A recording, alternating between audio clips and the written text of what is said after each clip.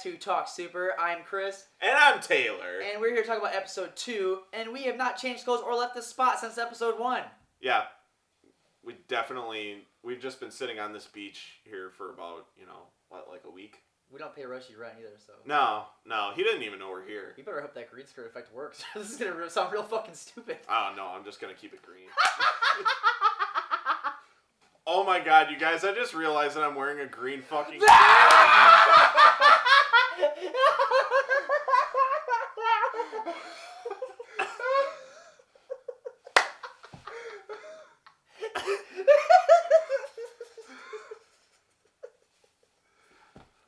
Are our takes officially ruined now?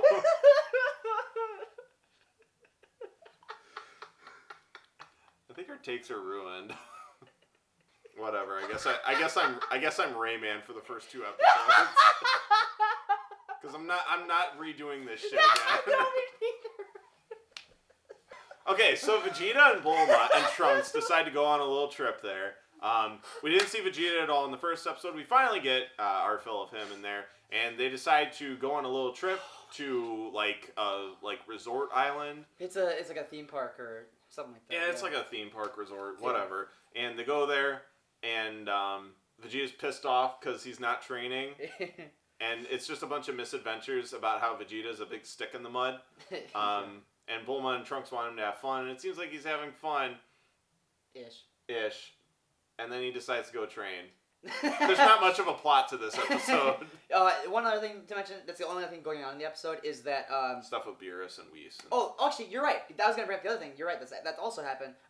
Goku does go to King Kai. Right. And King Kai yells about puns in the car. I really don't remember much about what happened when he was there. He's fucking with big ass weights or something. Do you remember? He's pushing some red shit. He's just training. Who's a shit? Yeah, Goku. He's always doing Goku something. Trains. He goes to King Kai's planet, and he's like, "King Kai, I'm here to train." And King Kai's like, "Goku, what are you doing here?" And he's like, King Kai's like, "Get the fuck off my planet! You blew up the last one, you ruined asshole! Everything, you deadbeat dad! Go home to your family!" Seriously, everything Goku touches, just he has the opposite of the Midas touch. It's so endearing though. Once you realize that, then you like him even more. He just ruins everything. Yeah, it's funny. I like Goku even more when you see all of his awful flaws as not human being, a Saiyan being, whatever. And then so the Beerus and Whis thing was that Whis is going. Okay, so he goes to this planet to get Beerus, dinosaur meat or some shit like that? He's there to get this type of dinosaur meat that Beerus wants to eat. And he's there, and Beerus gave him 3 minutes or something to do it. And then Beerus shows up, and the guy there's a race. There's just a random race there that's we want the dinosaur meat. I thought it was cool that random character had a battle transformation. Yeah. That race had their equivalent of Super Saiyan. I thought that was cool. And so he's like, "No, I want the meat," and they fight, and then Beerus just blows up the planet because he's Beerus. Yeah, that's what he does. And then he has a premonition, and he sees. But a Super Saiyan God. Yeah, he just that's the episode ends, isn't it? With Beerus blowing up the planet, because. That's what he does. Because that's what he does, and then all of a sudden he sees a silhouette of silhouette of Goku. And he's like, "Oh, it's something about it." Because he's like, "During my dream, I heard something about a Super Saiyan God," and then that happens. But most of the episode is just Vegeta being pissed off that he has to have fun. Yes. On a resort island. So that's pretty much the summary of the episode. There's not a whole lot that goes on as far as plot or anything. Yeah. This is more about Vegeta's character, yes, as opposed to any sort of story really going on. Mm-hmm. It's more of Vegeta's I'm mad that I am not as strong as Goku and I've been domesticated. Basically, the whole problem that he was having during the Buu saga and why he let Babidi take over his mind and everything. Yeah. When he became Majin Vegeta. It's basically that whole thing is getting rehashed again, except for he's not being super evil about it. Yeah, there's a big part of it too. It's just it's not only just that he's upset that he's not training. It's that he knows that while he's here with his family, Goku is training, and that pisses him off. Or whatever. Or the fact that he knows that Goku's stronger than him, and he knows that he will probably never catch him, and that it's always gonna eat at Vegeta. That it's always gonna eats at him. That's bad. So bad.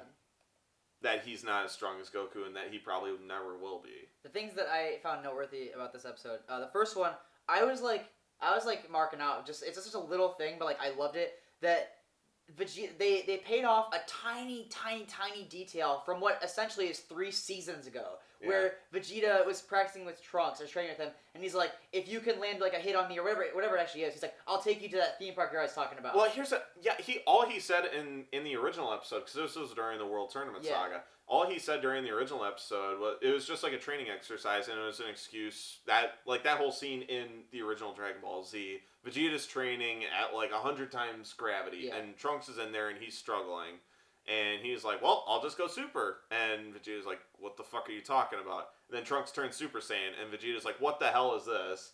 And then he's like, it was just an excuse for Vegeta to like train with Trunks and see how strong he was, but like Trunks like grazed him on the cheek. He's like, if you land one hit on me, then I'll take you to the park. Your timelines are mixed up on it by throwing that in there. Because you're saying like, oh, that's something little that they're having pay off. But I'm saying like it completely doesn't fit. Like it's like trying to fit a like round peg into a square hole. How so? Because after Vegeta gets hit, he decks Trunks. And then Trunks is like crying and whatever. And he's like... My favorite part of that in the Dragon Ball Z episode is when Trunks was like, you didn't say you'd hit back. He's like, well, I didn't say I wouldn't hit you again. Yeah. But after that, he goes, he's like, come on, let's go. We're going to the park. Oh, so you're saying that like in that episode they already like paid off the thing? Right. Okay. Well then never mind. Fuck me, I guess. I was just super excited because I was like, wow, as a fan, like it's cool they paid that much attention to detail. Where it's like, here's this little thing that in my mind they never followed up on. It would if they didn't have, and maybe that line's not like in the sub or in the like it's not like maybe that line in the Dragon Ball Z sub isn't in there, but in the dub. Christopher Sabat that would make sense. So that would probably be why they put that in there. Yeah, so maybe the American writers needed them to say something that would fit that, and they said let's go to this place. But you're saying Toriyama wouldn't have like. I'm saying in the in like the Super sub and in the Dragon Ball Z sub. Yeah. I'm saying they might not have had that whole. All right, put it on. We're going to the park now, or we're doing like that. Maybe it's like I'll take you to this theme park when I get the chance. Right. So maybe my thing is still cool. So maybe in the subtitle version it works, but in the dub it doesn't, and it's. I guess I'm a fake fan because I didn't. You're a fucking fake fan. He said that he was taking it right then. The other thing was You're as fake as my midsection right now. We've talked like ourselves, but not on the show yet, about how it was crazy when the new movies came out because. As a Dragon Ball fan, you just you get used to like the Japanese humor doesn't really translate. Yeah. It's not hurting anything, but it doesn't really like make you laugh or anything. But then in the new movies, like you're actually laughing at the lines and the dialogue and stuff. They were funny. And like I felt like we got a little bit of that in this episode. Like I actually laughed out loud when Vegeta he says like the "I'll eat your whole race" thing about the octopus. Yeah. Like I liked that stuff. It's just kind of nice seeing like humor starting to work in Dragon Ball. Mm-hmm. I really appreciate that. I like the. One thing I liked is that they've already worked in the whole like Saiyans eat way too damn much. Yeah. And they're just like ordering whatever. Even Bulma's like chowing the fuck down. That's what I was gonna say. Little Bulma keeps up with them just as much. But... Well, no, she doesn't. But it's impossible. That's impossible. I'm just saying like she didn't. But she's like fucking going to town, and literally everybody's looking around like, what the fuck? Yeah. And little do they know, she's the richest person in the world. And they're like, don't get the octopus. Don't get the octopus because it'll spray ink all over you. And then, it made Vegeta ink. So, kind of along the lines of what we talked about on the last episode about, like, constantly now we'll be comparing the show to the movies because they're retelling the stories. Right. I felt like Beerus finding out about the Super Saiyan God and Goku or whatever through just having, like, a random dream is not nearly as cool as Whis telling him someone killed Frieza. And then, like, that's, like, a big deal. Mm-hmm. Like, I don't know. Like, I'm still giving the whole thing a chance, but, like, so far it's, like, it's kind of just like less cool versions of what we already saw with that particular stuff. Yeah, I'm with you where I think it is. I thought it was more interesting in the Battle of the Gods where they did because in this show, Beerus is already like awake. Yeah. That's a good point. Yeah, they don't even show like the whole like Beerus waking up thing. Yeah. It's just Beerus is already awake, and everybody always makes references like the old Kai and the supreme useless Kibito Kai, like. Can I just go off on a tangent on the Kibito Kai? Yes. He's literally like the stupidest character ever. I like him. He's supposed to be like the Supreme Kai, and the old Kai literally has to like give him exposition on everything. That's true. That's what I think that's all he's there for, is to ask questions so that the old Kai can like give him exposition. That's all he's there for now. He didn't start that way. Right. He was pretty fucking useless in the Blue Saga too. He's there is like literally no point to that was like one thing that he was our window into Boo. He was our window into Boo, but like that's all he was. We're not talking about Super at all now. That was just like so disappointing. But anyway, what was I talking about again? I don't know. But the one other thing that I thought was like worth mentioning about this episode, I don't know if you had any, but like it's the first time that I can remember on the show, like outside of like situations of like extreme stress in like some of the movies, I think, Vegeta outright says in this episode, Goku's better than me. Yeah. Like, it's rare that, I mean, like, obviously, like... Well, he does it at the end of the Boo Saga when Goku's fighting Boo. Yeah. But that's what I'm talking about. It's in, like, an actual, like, high-stress combat situation where, like, it's... Like, normally when we see him in his, like, actual, like, life, he's like, no, fuck that. Yeah. I'm the best. I'll always be the best. So I thought it was interesting that, like, while he's, like, hanging out with his family and stuff, and things are, like... Oh, and I like, too, that Bulma was, like, kind of talking about how things have been like a little bit different since the Boo stuff, which is cool because like that means that the character change we saw where he sacrifices himself actually did carry over and wasn't just like a one and done. Yeah. Like the fact that he goes with them at all, you know, to try this family thing and he lasts as long as he does. Like because when he does it in Dragon Ball Z, like after he's like dead and but he still gets to keep his body and he comes back. His character doesn't really change all that much. Right. So it's cool that now we're getting to see that. Yeah. That, like, in the process of that whole thing, he has a better, not, like, total, but a better appreciation of his, like, family life than he had before. And doesn't just, like, look at them as, like, some annoying nuisance. Yeah. I'm kind of surprised that Vegeta never, like, ran out on their family. Well, he's not, that's Goku. He's not. Yeah, he's no Goku. He's not a deadbeat like Goku. But he doesn't make no fucking... Goku at least made the 100 million Zenny now. What's Vegeta bringing to the table? Vegeta, like, turned it down, because Hercule offered it to him first. If you remember in episode 1. Hercule says that he tried to... What's Vegeta fucking bringing to the table? He ain't bringing shit. Octopus. Yeah, all that octopus ink. So, if there wasn't anything else you want to talk about with that episode, I thought it's pretty similar to the first one in that, like, it was enjoyable, and I was like, again, because Vegeta's my favorite character, happy to see him now, because we didn't get him in the first episode. Yeah. And, they're starting to slowly get the ball rolling with the Beerus stuff. So, it's another, like, episode where, like, glad I watched it. I don't necessarily need to like watch it again or anything like that, but like it's just getting us there, like slowly getting us back in the scheme. Right, you can't expect everything all at once. Mm-hmm. I mean, I realize that like Dragon Ball Z, like the very first episode of Dragon Ball Z, something really big happens. Yeah. You know, something that's like huge, but at the same time, that was like just Dragon Ball, and that would basically be another episode of Dragon Ball, but they separated it into TV.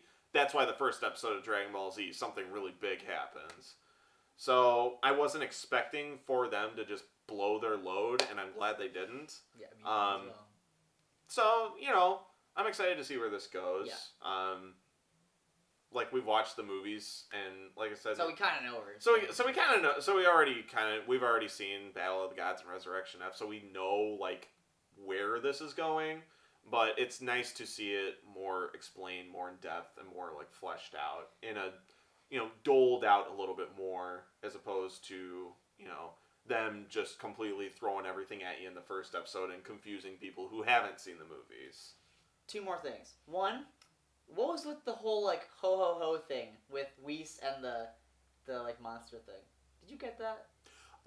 That was the monster was, like, speaking a language, and yeah. Whis, I think, Whis made a comment where he's like, oh, I haven't spoken this language for a while, and I think he was communicating with it. But I think this was supposed to be funny, and I was kind of like, they're just saying, like, ho-ho, what are we going to say? I think it was Whis communicating with the... Yeah, maybe we're just so used to, like, Whis and Beerus being comedic in the movies. But people talk about, the voice actor talked on Twitter about, like, I'm glad people got the Santa thing, because he's saying ho ho ho and whatever. But like, it seemed like a weird... Wait, so that was, like, the whole joke? It's just like a joke. Like, that the language is like, yeah. So I don't really fucking know what was going on there. The other thing... we've talked about the translation barrier. Yeah, yes. The other thing, though, is do you think when they're at the theme park or whatever, right? And they're like, you right there, you're not having any fun. Get up and dance. I love that. Do you think that was foreshadowing for the part in Battle of Gods where Vegeta does have to dance to like stall Beerus? Spoilers. No. I think that could. I think that could be. Yeah, that's probably right. Yeah. That would make a whole lot of sense. They did that to you like when you were at that concert. One time. Oh, yeah. You want to tell that story for our audience? What was that? It was like, the fucker did the stupid I Love College shit. Asher Roth. Yeah. I was like sitting there, I was like, fuck this, I don't want to be here. And he's like, pointing, I was like, I don't remember what he said to me. It's like some dumb shit. He's like, come on, like, dance. I was like, no. It was my turn to be a stick in the mud on that day. You didn't get pissed off and fly away? I wish if I could yell and scream and fly away. I'll be honest, like, I was actually laughing at the part when they're like, "Oh, come on, dance," and it's just like piling on and on and on in Vegeta's mind that he would care that much about something like that, or that he's like driven insane basically, and people are just because Vegeta's like a little short person, and so people are just like. He's just getting, fucking like batted around the crowd and everything, and the fact that he's so mad that people are yelling and cheering for him to start dancing. Mm-hmm. I loved it. I also like the bit where... It was so silly. When Vegeta's on top of they're traveling by, like, their personal, like, plane or helicopter or whatever the fuck, and Vegeta's standing on top of it with his arms crossed just being pissed off the whole time. Yeah, and Bulma tries to drown him. Yeah, and they go underwater, and he's just like... Like, I laughed for that reveal, but it just cuts, like, the same shot of his face, but he's just, like, now he's, like, I thought it was so funny that Bulma tried to murder Vegeta to prove a point. Dude, honestly, she went fucking balls deep. She flies it underwater to drown him. She flies through the trees, and, like, honestly, those wings should have snapped, like, 15 times. Yeah. Hitting those trees and shit. Well, they're making quality products over there at the Capsule Corp. That's very true. Yeah. So Goku wants to, like, abandon his family, and Bulma wants to kill them. Oh, what a big shock. What a good cast we've got here. It's a little bit shocking with the Bulma one, but the Goku abandoning his family. We're very used to who's not used to that at this point? So, he, like, died during the Cell Saga to get the fuck away from that. It's like, Gohan, it's on your shoulders now. Oh, and Chi-Chi, here's another kid that'll pop in ya. Jesus Christ. So we'll be back next week to, again, recap in case you didn't watch the episode, and if you did watch it, you can hear our opinions on it, because that's very important. We tell people what we thought of it. Yeah, maybe I'll have a torso next week. Maybe not. So. All right, have a super day. Links in the description. We didn't do that. No, we did.